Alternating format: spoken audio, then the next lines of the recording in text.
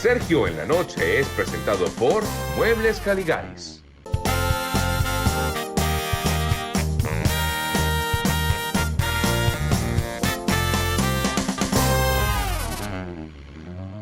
¿Qué tal, amigas, amigos? Esto es Sergio en la Noche. Hoy conversaremos con el reconocido actor Daniel Lugo, nacido en Puerto Rico y quien comenzó su carrera en el teatro y televisión de su país, pero poco a poco extendió su presencia a nivel internacional. Conocido por sus trabajos en cine, teatro y televisión, vivió muchos años en Venezuela, donde participó en diversas telenovelas como Amores de Fin de Siglo, Quilpa de Tres Mujeres, Reina de Corazones, entre otras.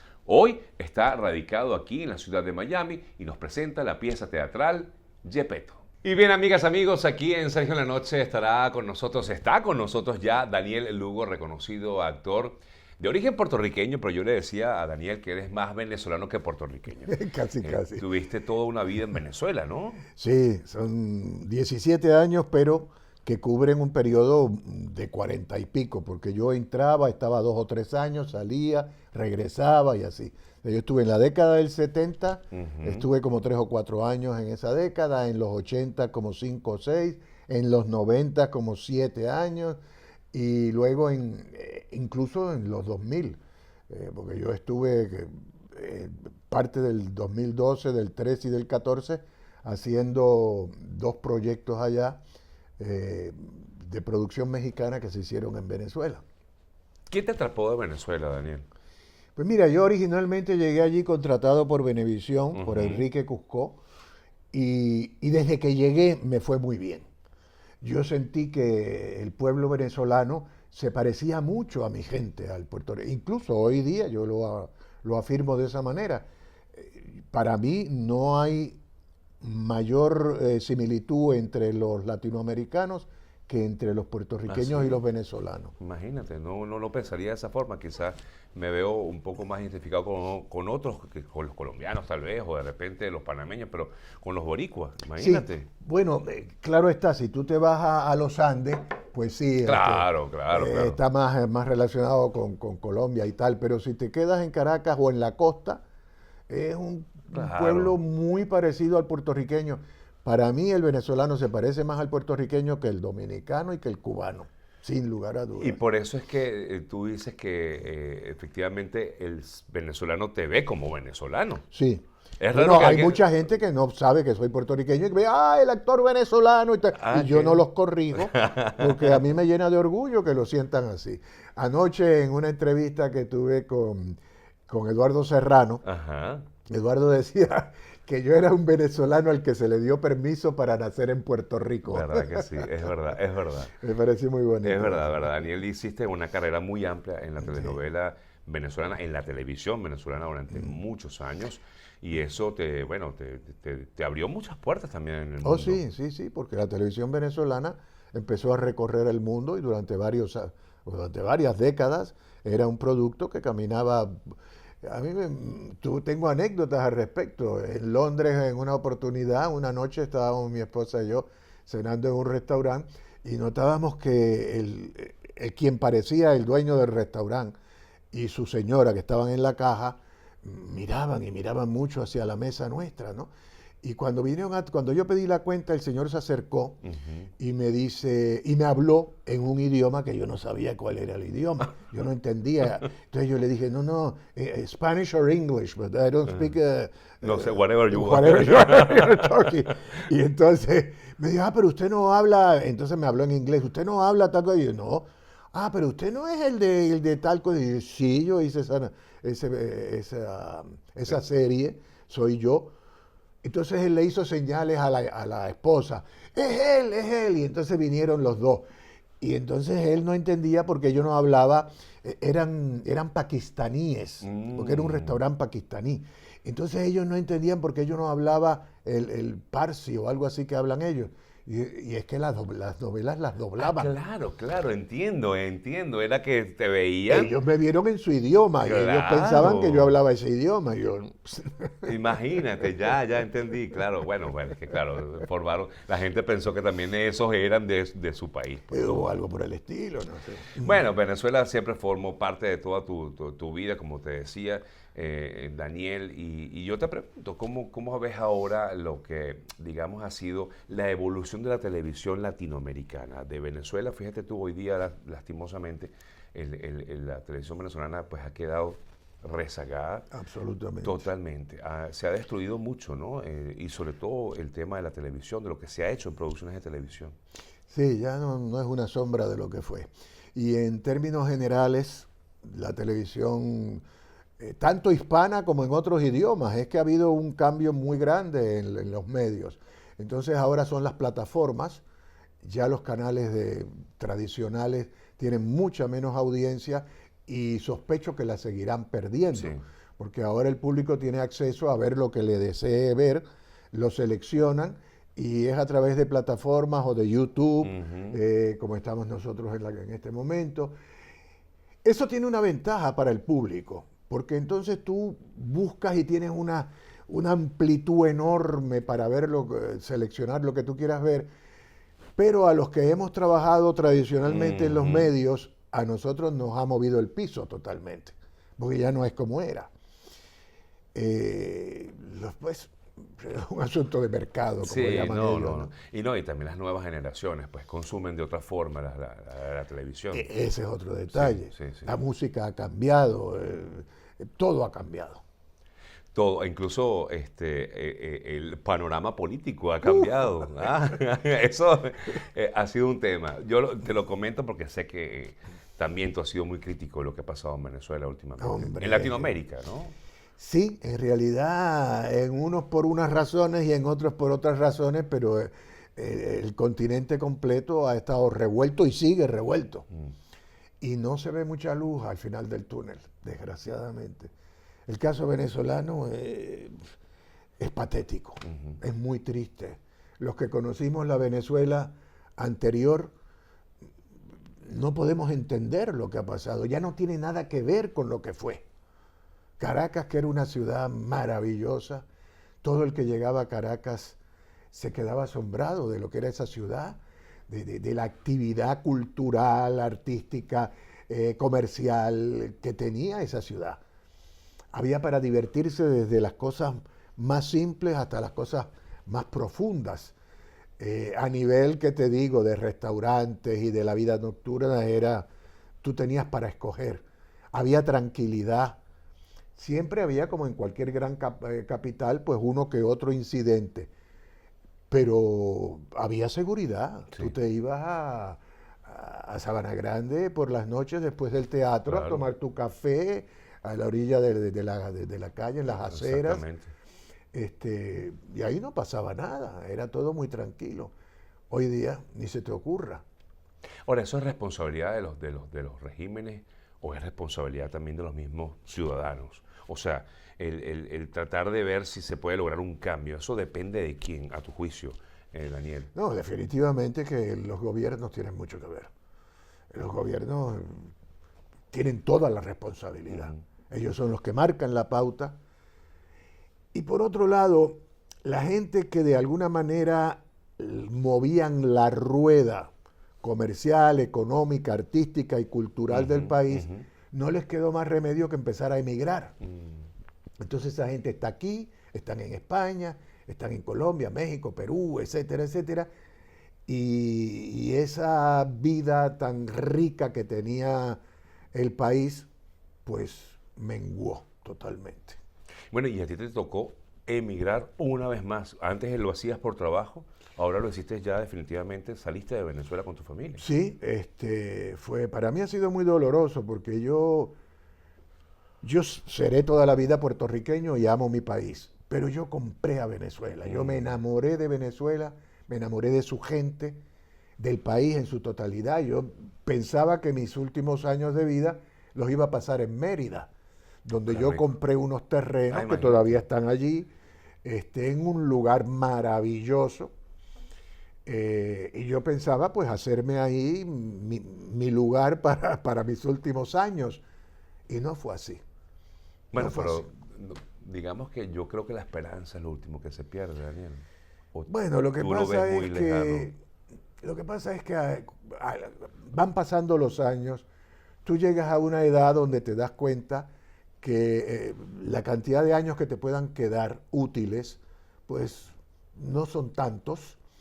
Tus hijos, tu familia cercana viven en otros, o sea, yo tengo una hija que vive en Puerto Rico, tengo dos hijos, uno que vive en Nueva York, otro que se la pasa recorriendo el mundo porque trabaja en un barco de esos de turista, y una hija que vive aquí en Miami. Entonces, irme a Venezuela, pensar en que me pudiera regresar a Mérida, que era donde yo quería pasar mis últimos años, era mi sueño, un lugar hermosísimo. Pues no tiene sentido porque estaría absolutamente desarraigado de mi gente.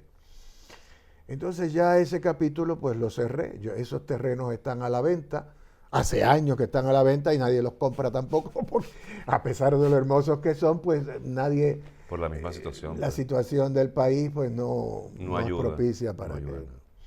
Daniel, bueno, pero a pesar de todo, sigues activo, sigues siempre presente y sigues haciendo pues teatro, sigues haciendo cine, cuando sale algún proyecto en televisión, a pesar de todo, pues me comentabas que siempre sale algo y te llaman y estás pendiente de eso. Y justamente hoy estás presentando una obra llamada Yepeto, de la cual vamos a hablar en la próxima parte, aquí en Sergio en la Noche.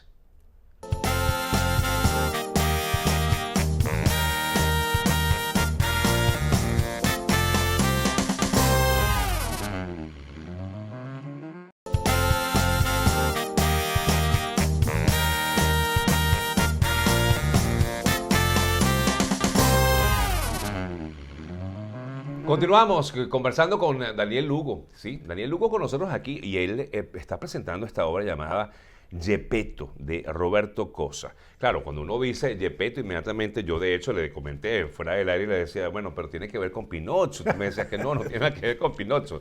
Tú eres Yepeto. Yo soy Yepeto, pero ni siquiera el personaje se llama Yepeto. Ah, no. No, es una alegoría ahí que se crea... precisamente por el viejito de Pinocho, pero sin entrar en la historia de Pinocho ni cosa que se parezca. Y entonces le llaman Yepeto. La obra, vuelvo y repito, no tiene que ver con Pinocho, no es una comedia infantil ni cosa que se parezca. Más bien es un drama salpicado de humor, en muchas oportunidades humor negro. Es una obra muy inteligente, con dos personajes maravillosos. Un hombre joven, que es el que hace Michel Casals, un actor cubano joven, pero muy talentoso, y el personaje del viejo, como le llaman, que es un profesor. Ambos, el profesor y este muchacho joven, están enamorados de la misma mujer, que es una estudiante del profesor, y es de la edad del otro personaje. Y ahí se crea pues una dinámica entre los dos, donde salen a relucir muchas referencias literarias, históricas y humanas. Y humanas, la relación el hombre mayor que todavía de alguna manera... Como un caballo viejo. Como un caballo viejo, exacto. Y hablando de caballo viejo, esa obra se está presentando, que no lo hemos dicho, pero lo decimos ahora, en el Paseo Wynwood, que es un lugar maravilloso que ha creado Miguel Ferro después que salió del Paseo de las Artes aquí en Doral, se creó el Paseo Wynwood. Bueno, ahí en el Paseo Wynwood no solo se presenta Yepeto, que los invitamos a que vayan a verla, sino se presentan varias otras cosas. Y hablando de caballo viejo, ahí en uno de los contenedores se está presentando Enrique Salas con un homenaje a Simón Díaz. Y yo la vi la otra noche y es uno de los espectáculos más hermosos que yo he visto. Aparte de que yo siempre sentí una enorme admiración por Simón Díaz. Creo que es uno de los artistas más completos que dio Venezuela en el siglo pasado y del cual nos sentimos muy orgullosos. Sin duda. Y el trabajo que ha hecho Enrique Salas con ese homenaje a Simón es maravilloso, no se lo deben perder. Daniel, has representado a muchos personajes durante toda tu carrera. Son ya no sé ni cuántos años de carrera, pero son bastantes, ¿no? Más de 50. Más de 50, no lo quería decir, pero yo sabía que era algo. Pero de todas formas, Daniel, en todo digamos, en esta carrera tan larga, siempre hay personajes que te marcan, siempre hay personajes que por supuesto te quedan allí y de hecho la gente te reconoce quizás por esos personajes. Pero ¿hay algún personaje de todos esos que no quisiste realmente hacer? ¿Y hay alguno de esos personajes, o mejor dicho, hay algún personaje que te gustaría todavía pues representar? Pues sí, fíjate, hay algunos trabajos que uno hace Por que, hacer. bueno, Disculpa que te haya respondido, pero me sí, imaginé que por unas ahí iba. veces por dinero, otras Ajá. veces porque te viste en el compromiso, etcétera, etcétera, pero que te dejan un mal sabor. Y sí, hay una que otra, hay una película, por ejemplo, que a mí me dejó muy mal sabor y que a veces digo, ojalá se queme esa película No. y que nunca más se Dime para exhiba. buscarla ya. Ni siquiera la voy a mencionar. Sin embargo, hay otros proyectos que me dejaron satisfacciones muy grandes que me hubiera gustado que se extendieran. Hay una novela venezolana, Amores de fin de Por siglo. favor, es que nos recordamos muchísimo. Hombre, esa novela a mí me encantó y me encantó el personaje que yo hacía, me encantaba. Que eras un fotógrafo. Era un ¿no? fotógrafo. Me acuerdo, claro. Enamorado. Enamorado de Ruth, del personaje de Rudy, ¿no? No, enamorado de Ana Karina. Es correcto, de Ana Karina Bueno, Manco. enamorado no, eran pareja. Eran pareja, Ana sí. Karina Manco y el personaje este que yo hacía. Ocurre, fíjate, qué cosa curiosa. En esa novela, por situaciones de la trama y cuestiones humanas, el personaje de Ana Karina le es infiel al fotógrafo, a su marido. A pesar de que eran un matrimonio Estable, de alguna estable, manera. pero por razones de la vida, ella le es infiel. Y entonces Padrón, que fue el escritor de la novela, conversando conmigo me dice, mira, vamos a hacer una cosa, Daniel. Va a ser la primera vez que en una novela el personaje masculino entiende lo que le ocurre a esta mujer, El cacho de la mujer. se lo perdona, lo entiende y vuelven a convertirse en una pareja estable. Eso era insólito en esa Claro, época. imagínate, imagina un país machista como Y el en un nuestro. país como el nuestro. No. Más bien siempre era la mujer la que le perdonaba el desliz al hombre y no el hombre a la mujer. ¿Y qué ocurre? Que cuando él está instrumentando ese desarrollo en la novela, viene el accidente de Ana Karina. Ya. Entonces, ese desgraciado accidente que afortunadamente ella lo superó, Sí. porque Ana Karina ha vuelto a ser la Sí, mujer sí, sí, hermosa que siempre fue, pero en su momento fue un accidente catastrófico y hubo que cambiar la historia. Ujú. Entonces, ahí se cambió la trama y nunca se llevó a cabo ese detalle que a mí me parecía interesante. Claro, y que pudo haber de pronto, le pudo haber dado otro aire a A ese la personaje. historia, sí. Sí. Pero bueno, ¿qué más te puedo decir? Y de ese personaje que no has podido todavía o que nunca pudiste quizá pues representar, que tú dijiste, oye, yo quería hacer esto. ¿Hay algún personaje incluso histórico que tal vez te pasó por la mente? Mira, hay un personaje para el cual yo audicioné que a mí me encantó. Me parecía un excelente personaje. Y a la gente para la quienes audicioné les pareció que mi trabajo en la audición había sido espectacular, me lo dejaron saber y me dijeron, ese personaje de seguro que es para ti. A final de cuentas, gente de más arriba dijeron, no, nos gusta lo que hizo Daniel, pero ese personaje tiene que ser interpretado por un mexicano, porque el mercado mexicano en los Estados Unidos es mayoritario. Y entonces, aun cuando le argumentaron, bueno, pero Daniel puede hacer acento mexicano, lo ha hecho en varias oportunidades, ha hecho personajes mexicanos y todo el mundo lo ha visto como bien ese asunto. Pero no, los productores decidieron que no, tiene que ser mexicano el actor. Bueno, se trajeron un actor mexicano y a mí me dejaron fuera. Wow. Bueno, pero no era para ti. No era para mí, pero el personaje me encantaba, Claro. pero bueno, no era para mí. Hay otras cosas que, bueno, que estuvieron a punto. Mira, cuando yo me fui de Venezuela en el 2000, nos fuimos a Los Ángeles, a California. Ahí yo conseguí una agencia que me representara. Y hubo un proyecto que tenía que ver con el caso chileno, cuando Pinochet, etcétera. ya después de Pinochet, pero muy reciente después de Pinochet. Y había un personaje de un coronel chileno, que era un personaje hermosísimo. Era, el final de la película prácticamente era de este personaje, del coronel chileno, con un monólogo maravilloso. Y yo audicioné para eso y me dieron el personaje.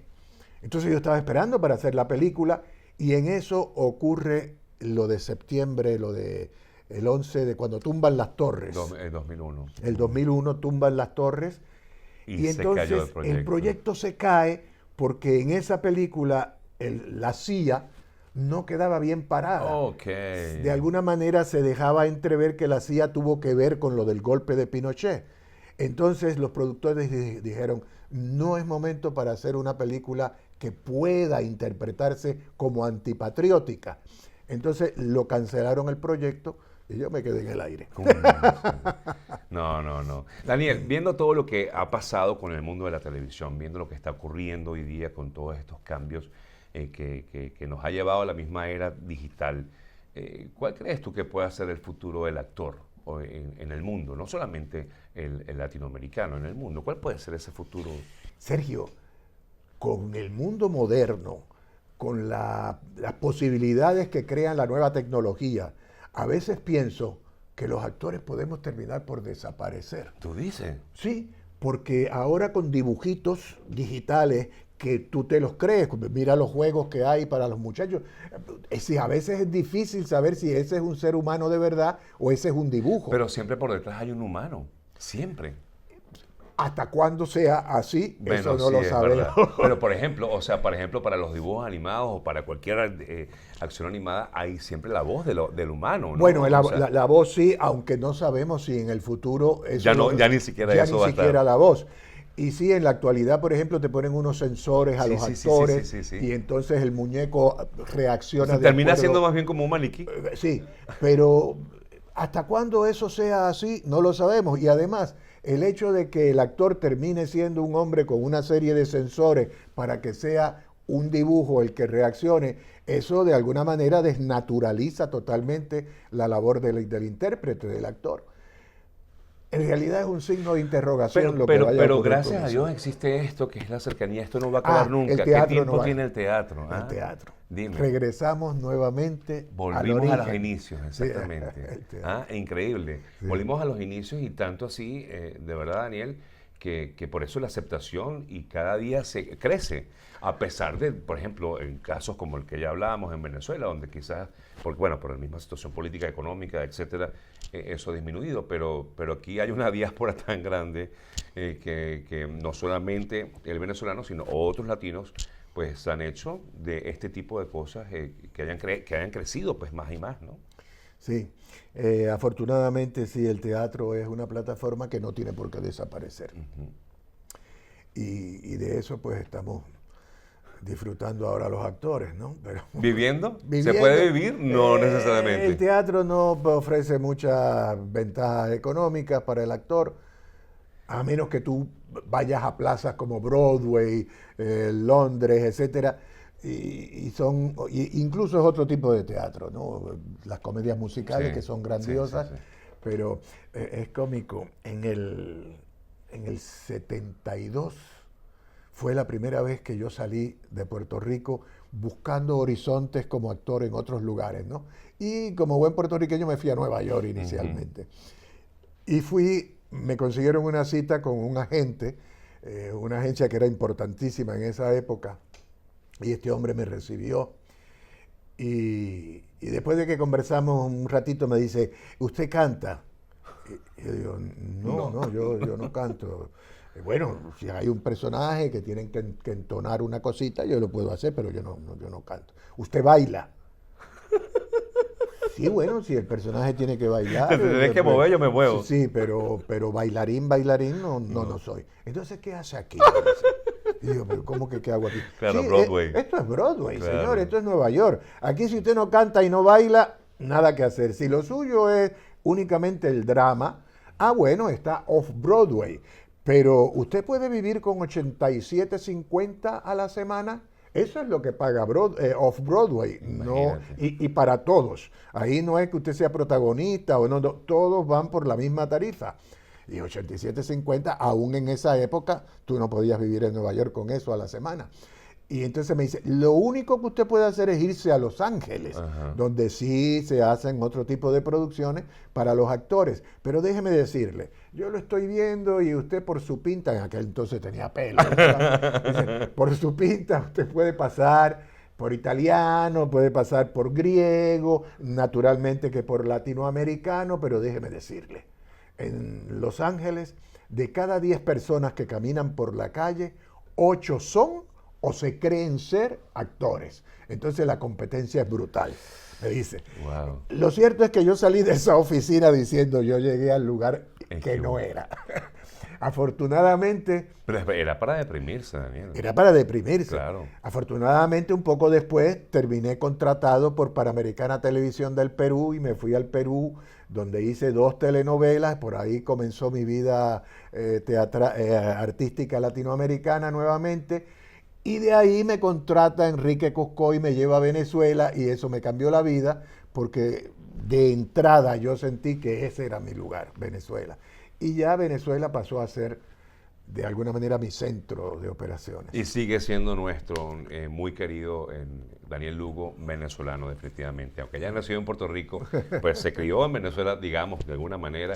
Tiene familia venezolana, esposa venezolana, hijos venezolanos, no sé si todos, pero ahí va, El ¿no? último, el El último. último nada más. Bueno, muchas gracias, Daniel. De verdad, un hombre que sin duda alguna quedará por siempre en el corazón de todos los venezolanos porque representó esa televisión bonita que tuvimos en nuestro país. Amigas, amigos, de esta forma llegamos al final. Gracias por estar con nosotros. Los espero en la próxima, pero antes nos vamos con este mensaje. El Señor mismo peleará por ustedes. Solo quédense tranquilos. Chao. Se les quiere.